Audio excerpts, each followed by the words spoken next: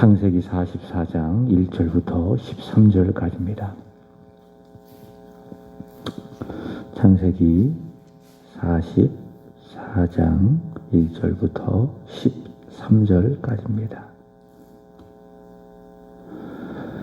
요셉이 그의 집 청지기에게 명하여 이르되 양식을 각자의 자루에 운반할 수 있을 만큼 채우고 각자의 돈을 그 자루에 넣고 또 내 잔 곧 은잔을 그 청년의 자루 아귀에 넣고 그 양식 값 돈도 함께 넣으라 하매 그가 요셉의 명령대로 하고 아침이 밝을 때에 사람들과 그들의 나귀들을 보내니라.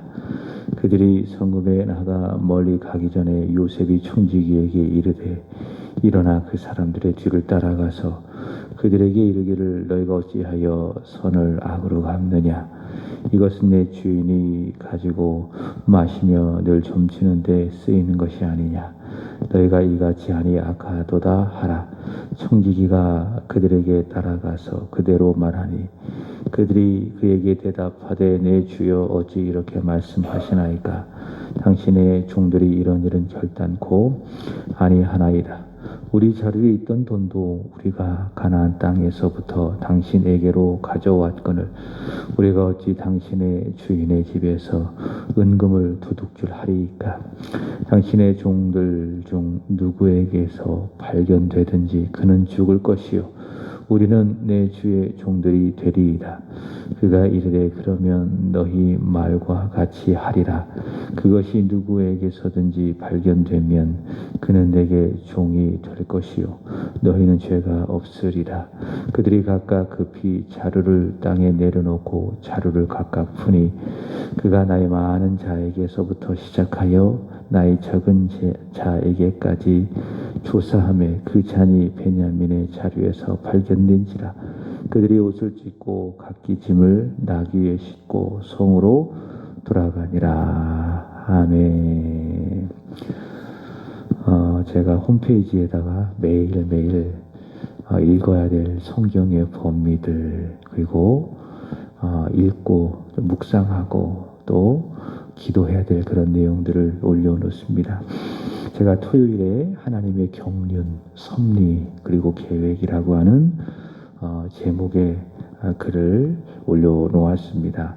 화중부 목사님께서 쓰신 결국 믿음이 이긴다라고 하는 책의 내용인데 한번 읽어드리도록 하겠습니다. 우리에게 일어나는 어떤 일들도 하나님의 경륜 밖에서 일어나는 것은 없습니다. 내 인생에 정말 일어나지 않았더라면 좋았을 불행과 고통도 하나님이 우리 한 사람을 향해 계획을 갖고 행하시는 섭리의 과정임을 믿으시기 바랍니다. 어떠한 상황에도 하나님을 기대하는 마음을 절대로 놓아보려면 안 됩니다. 하나님은 틀림없이 우리의 생을 하나님의 섭리와 계획 속에 이끌어 가십니다. 하나님은 자신의 백성을 낮추기 전에는 절대로 높이지 않습니다. 고난을 통과하기 전에 영광을 주시지 않습니다. 하나님이 세우신 자들이 해야 할 일은 가난한 자들, 실패한 자들, 아픈 자들을 만져야 하는 일이기 때문에 그렇습니다. 하나님께서는 구원받은 하나님의 백성들이 결국 세상을 향하여 복음을 들고 축복하는 존재가 되어야 하기 때문에 그러나 그들 또한 역시 어제 전했던 말씀처럼 그 속에 죄가 있고 또 죄의 법에 다스림을 받고 있기 때문에 하나님께서는 온전한 하나님의 사람으로 세상을 구원하는 축복의 사람으로 만들어 가기 위해서 고난이라고 하는 그 연단을 때로는 시험을 그의 경륜과 섭리 가운데 주신다라고 하는 것이죠. 그래서 어떤 상황 속에서도 하나님을 기대하는 마음을 놓아버려서는 안 된다라고 하는 것입니다.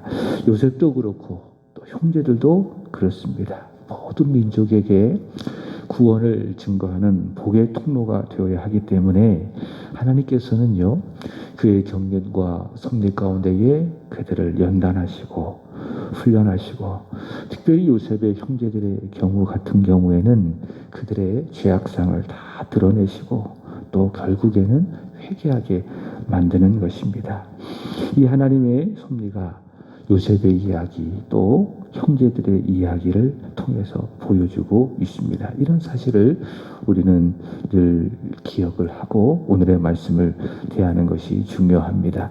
우리가 읽었던 오늘의 말씀은 같은 흐름입니다. 하나님께서는 계속 요셉을 통해서 그의 형제들을 시험하시고 또 연단하시는데 요셉의 형제들은요 이런 생각하지 않았겠어요? 야, 이쯤이면 됐다라고 생각하며 안도하지 않았겠습니까?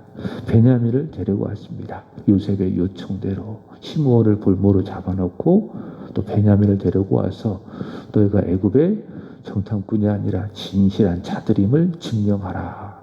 그 요셉의 말대로 아버지 야곱을 설득을 하고 그래서 아버지 야곱은 믿음을 갖고 베냐민에 대한 집착을 내려놓고 내가 아들을 잃게 되면 이르리로다. 하나님께 다 맡겨드리고 그래서 형제들은 결국 베냐민을 데리고 오고 또 전번에 그 돈도 결국 아닌 것으로 확인이 되었고 그래서 자신들은 더 이상 정탐꾼이 아니라 그저 양식을 애굽에 구하러 온 진실한 자들이다라고 하는 사실이 확인이 되었으니 이제 안심하지 않았겠습니까? 더욱이 그들은 요셉과 또 식사도 하고 물론 달리 다른 곳에서 식사를 했겠죠. 요셉과 식사도 했고요.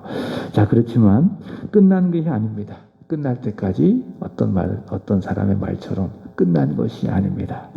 요셉은 하나님은 또 다른 연단과 시험을 이 형제들에게 주는 것입니다. 자, 그것이 바로 오늘 우리가 읽었던 44장의 내용에 있습니다. 종교개혁자 칼빈은 이렇게 이야기했습니다. 요셉은 자기 형들에게 지나치게 잔혹하고 또 신뢰할 수 없는 성품을 보았다. 여러분 그렇지 않겠습니까? 두 가지를 확인할 수 있겠죠. 요셉의 형제들이 가지고 있었던 아주 잔혹한 성품 두 가지. 첫 번째로는 창세기 34장의 디나의 일로 세겜 사람들을 속이고 그리고 무참히 도륙하고 약탈한 그것. 두 번째로는 요셉을 미워하고 함부로 말하고 증오하고 죽이려 하고 결국 요셉을 애굽의 종으로 팔려고 했던 그것.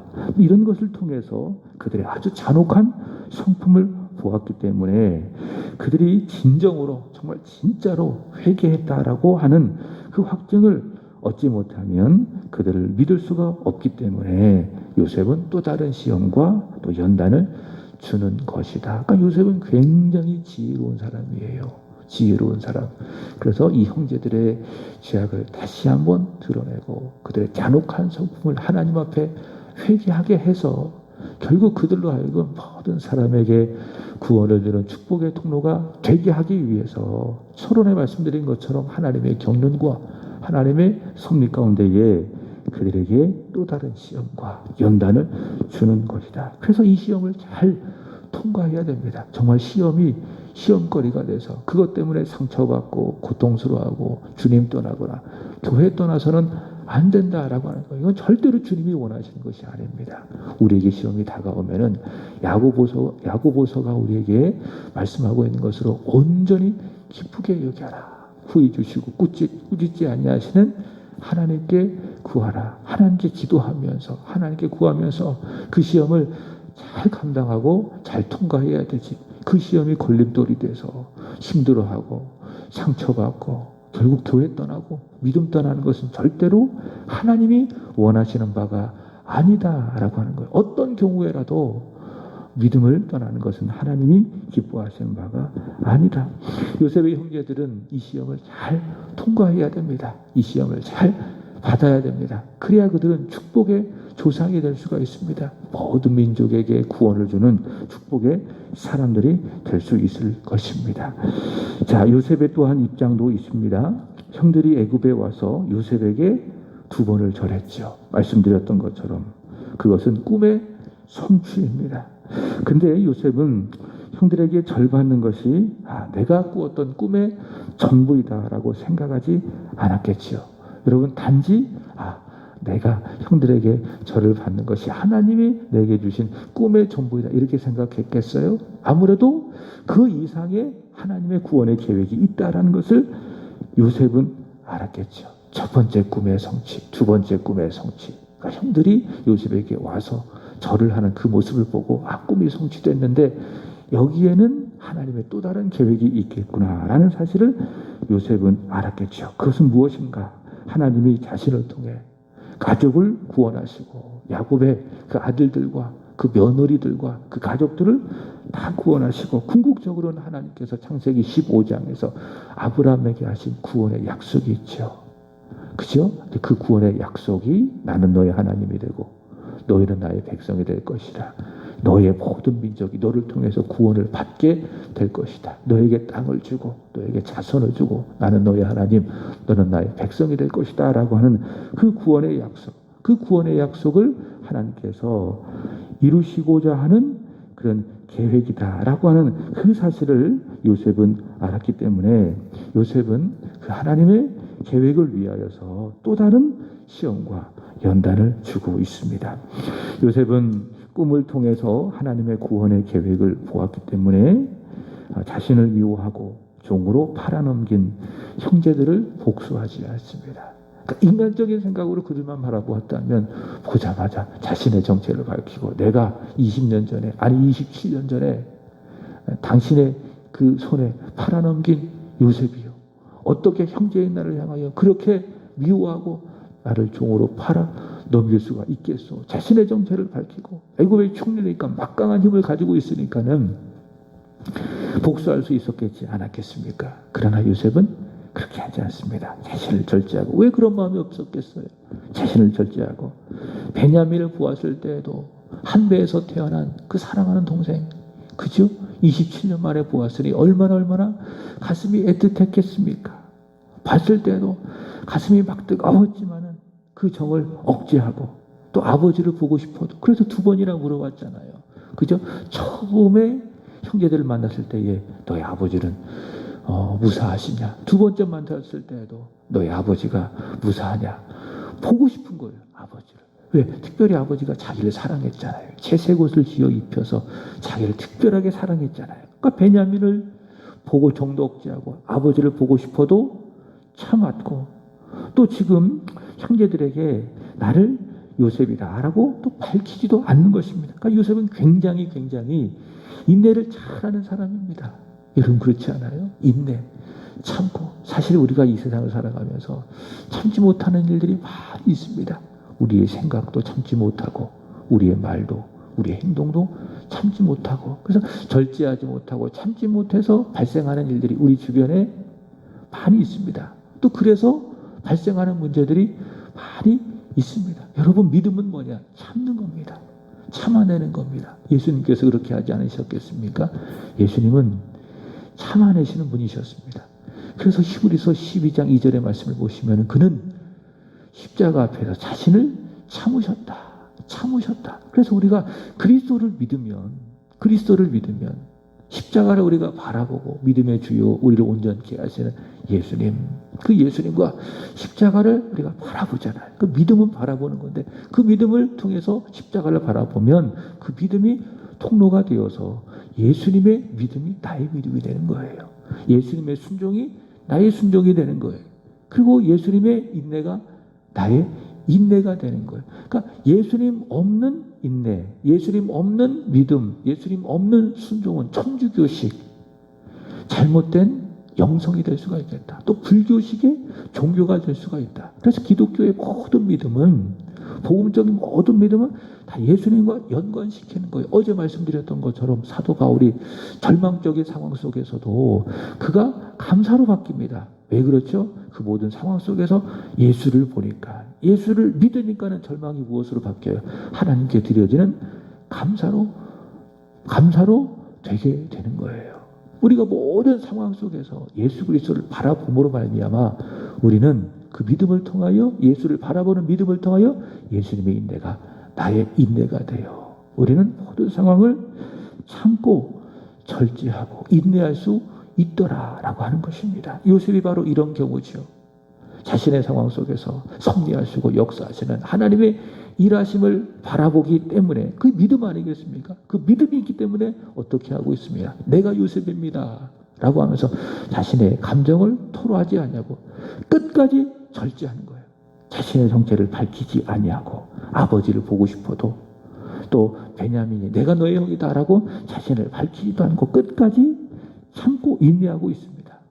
요셉은 하나님보다 절대로 앞서지 않습니다. 다시 말해 기분 따라 내 감정 따라 내 상황 따라 살아가지 않습니다. 그래서 여러분 신앙생활 감정 따라 하는 거예요. 기분 나쁘다고 예배 안 드리고 그래서는 절대로 안 됩니다. 신앙생활은 감정 따라 해서는 안 돼요.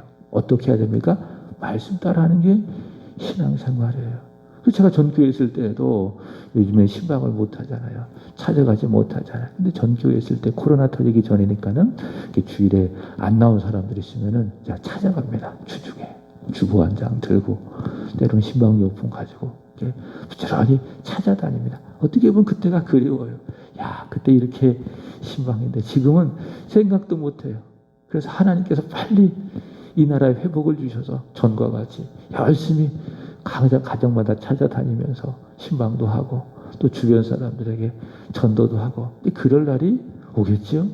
또 와야 되고요. 여러분 함께 그렇게 기도해 주시기 바랍니다. 그렇게 이제 찾아가는 거예요. 근데 이제 물어보는 거죠. 왜 안 나오셨어요? 그러면 기분 나빠서 안 나왔대. 기분 나빠서. 오늘 아침에 교회 오는데 아내하고 싸워서 기분 나빠가지고 안 나왔대. 또 어떤 분들은 지난주에 목사님 설교가 기분 나빠가지고 안 나왔대. 상처받았다고. 그런 분들이 있습니다. 여러분 그렇게 신앙생활해서는 안 됩니다. 기분 따라 하지 말고 감정 따라 하지 말고 하나님의 말씀을 따라 신앙생활하는 겁니다. 요셉은요 감정 따라 가지 않습니다. 하나님의 이끄심을 따라 하나님의 구원의 계획을 따라 가는 거예요. 그리고 가되 주님보다 앞서지 않습니다. 오늘 우리의 표현대로 말한다면 성령과 기도보다 앞서지 않는 것이죠. 예수님처럼 믿고 순종하고 참고 인내하고 하나님이 이끄시는 대로 매 순간을 가게 되는 겁니다. 설교자 스펄전은 이렇게 이야기합니다. 하나님 없이 우리는 한 발자국도 움직일 수 없으니 인정하십니까? 그러므로 우리는 하나님보다 앞서가는 것, 주님보다 앞서가는 것, 그것은 결국 헛걸음을 치는 것이 되고 말 것이다. 이해하시겠죠? 주님보다 앞서는 모든 발걸음은 다 무엇이다? 헛걸음이다. 그러니까 잘 가고 있는 것이 아니라는 거예요. 잘 가고 있는 것처럼 보이는 거 속지 마세요. 주님보다 앞서는 모든 걸음은 다 뭐라고요? 헛걸음이다. 그러니까 요나가 그렇지 않았겠어요?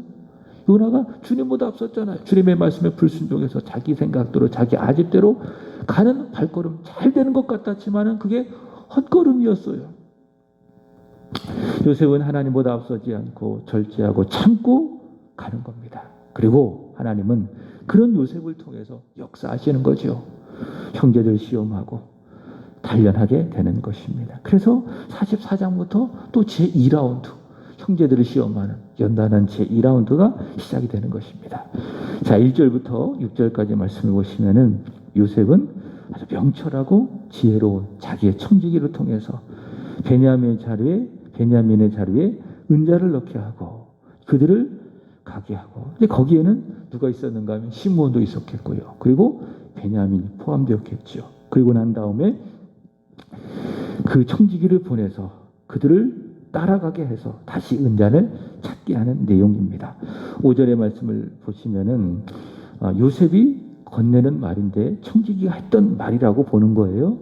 그들을 뒤쫓아간 청지기는 뭐라고 이야기합니까? 너희가 이같이 하니 악하도다. 이게 요셉이 청지기에게 주어진 말 아니겠습니까? 이 청지기가 그 형제들을 향하여 그렇게 말했겠지요. 너희가 이같이 하니 악하도다. 이런 환대를 악으로 갚으니 악하도다.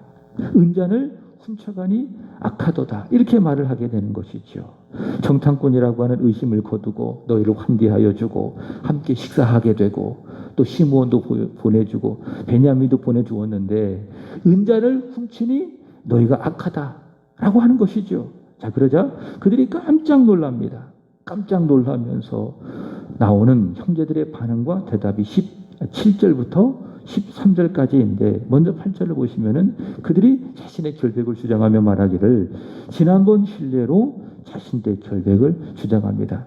전번에도 가져왔던 그 돈을 우리가 가지고 왔는데 생각을 해보세요. 어떻게 우리가 또다시 당신이 말하는 은잔을 도둑질할 수 있겠습니까? 우리는 그럴 수 없습니다. 라고 정직하게 이야기해요. 하나님의 역사라고 이야기했죠. 형제들에게 하나님의 역사 아니에요. 그들은 전에 속이는 사람이었습니다. 야곱처럼. 그러나 하나님께서 그들의 인생 가운데 간섭하시고 역사하니 그들은 하나님 앞에서 정직한 사람이 되는 겁니다. 그래서 요셉을 만난 그 이후에서부터 청지기와 대화에 나오는 그 모든 과정에서 보면 그들은 정직하게 진실하게 모든 상황을 대처하는 것을 볼 수 있죠. 9절의 말씀을 보시면은 자신들은 정직하고 결백하니 은잔이 발견되면 그는 죽을 것이고 또 자신들은 종들이 될 것이다 라고 아주 확신합니다. 자, 그러나 결국 어떻게 되었는가 하면 12절 보시면은 청지기는 나이 많은 자에서부터, 그러니까 르우벤에서부터 시작해서 나이 많은 자에서부터 나이 적은 자, 누구를 말하는 거죠? 베냐민까지 샅샅이 조사를 하게 되니 결국 어떻게 되었습니까? 요셉이 기획한 대로, 요셉이 생각한 대로 베냐민의 자루에서 은잔이 발견된 것을 볼 수 있습니다. 그들은 요셉과의 식사 후 베냐민과 또 시므온과 함께 양식을 가지고 가나안으로 가면서 이런 생각을 했겠죠. 야, 모든 것이 끝났다. 모든 것이 끝났다라고 생각할 수 있을 것입니다. 자, 그러나 두 번째 시험을 통과해야 됩니다. 그리고 이제는 베냐민은 종이 되어야 하고 결국 모든 일은 또다시 원점으로 돌아가는, 아니 해결도 될 수 없는 그런 또 미궁 속으로 들어가는 큰 어려움을, 혼란을 겪고 있는 것이죠. 여러분, 내 주변의 모든 일 내 생각대로 되지 않는 경우가 더 많아요. 생각대로 되는 경우도 있지만 오히려 따지고 보면, 생각해 보면 내 생각대로 되지 않은 일들이 많이 있다라고 하는 겁니다. 해결되나 싶지만은 되지 않고 그죠? 또 그렇게 됐죠. 오히려 꼬이고 막히고, 그래서 우리는 고통스러운 것입니다. 누구처럼? 요셉의 형제들처럼 이만하면 됐다 싶었는데 아닙니다. 또 다른 문제가 우리 앞에 있는 겁니다. 마치 양파 껍질처럼 딱 벗겨서 끝난 줄 알았는데 또다시 새로운 모습이 있는 것처럼 우리 모든 상황이 그렇게 될 수가 있다라고 하는 것입니다. 그러나 기억하십시오. 그럴 때에도, 그럼에도 불구하고 하나님은 일하신다. 모든 일을 하나님의 생각대로 행해 가신다라고 하는 것입니다. 믿습니까? 또 다른 문제가 우리 앞에 있다 할지라도 그럼에도 불구하고 하나님 살아계신다. 역사하신다. 이 모든 세상을 경륜 가운데에 섭리하시고 일하신다라고 하는 그런 믿음만큼만 우리는 절대로 버려서는 안 된다라고 하는 겁니다. 자, 그래서 잘 된다고 우리는 우쭐할 필요가 없습니다. 또 교만할 필요도 없고요. 또 안 된다고 해서, 막힌다고 해서 그것 때문에 좌절하고 낙심할 필요가 없다. 그러니까 상황에 갇히지 마세요. 상황에 갇히잖아요. 그러면 잘 되면은 마치 내 능력대로 된 것처럼 생각해서 교만하고 우쭐하고 거만해지고, 상황에 갇히면은 안 되면 그것 때문에 기가 죽고 좌절하고 낙심하고. 그래서 우리는 그 모든 상황을 뛰어넘어 역사하시는 하나님을 보아야 합니다. 그러면은 잘 된다고 해서 그것 때문에 교만하지 않아요. 하나님이 하셨습니다라고 겸손해지는 거고요. 혹 막혀도 그것 때문에 우리는 좌절하지 않아요.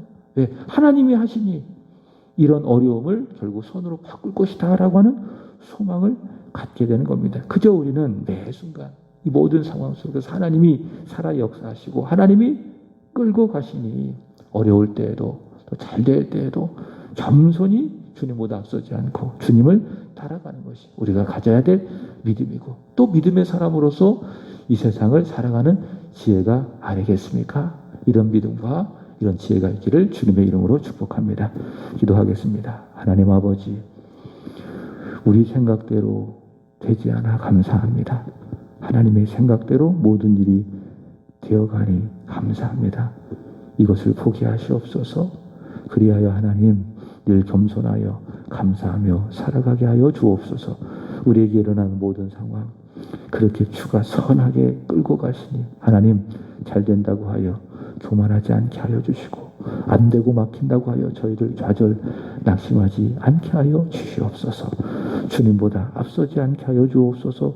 주님보다 앞서서 가는 발걸음 다 헛걸음임을 늘 고백하며 주님보다 앞서지 않고 늘 기도와 간구로 살아가게 하여 주옵소서. 하나님, 오늘은 일구역을 위하여 간절히 기도드리는 날입니다.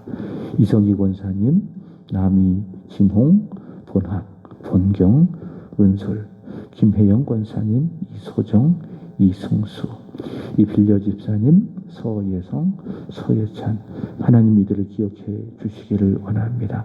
예수님의 믿음, 예수님의 순종, 예수님의 인내가 있는 구역이 되게 하여 주옵소서. 늘 기도와 간구로 살아가는 구역의 지체들이 되게 하여 주옵소서. 하나님의 말씀을 가까이 하고 말씀을 읽고 늘 말씀에 순종하는 좋은 구역, 하나님 나라와 교회를 위하여 쓰임받는 일구역이 되게 하여 주옵소서. 하나님, 특별히 해외에 있는 자녀들, 지방에 머무는 자녀들에게 오늘 하루도 예비하신 은혜와 복을 부어주시되 부족함 없이 충만하게 부어주옵소서. 하나님의 살아계심 앞에 살아감으로 말미암아 하나님, 저들의 입술 속에, 저들의 인생 가운데에 여호와가 나의 목자가 되어주시니 내게 부족함이 없습니다 고백하는 은혜가 있게 하여 주옵소서. 오늘 이 새벽에 하나님의 도움을 구하며 기도하는 사랑하는 성도들을 축복해 주시기를 원합니다. 하나님, 소망 가운데에 기도하게 하여 주시고 주님의 보혈을 믿고 간절히 기도할 때에 우리의 기도가 하늘에서 이루어진 것 같이 이 땅에서도 응답이 되게 하여 주옵소서. 감사하며 구주 예수님의 이름으로 기도합나이다. 아멘. 하늘에 계신 우리 아버지여, 이름이 거룩히 여김을 받으시오며 나라에 임하오시며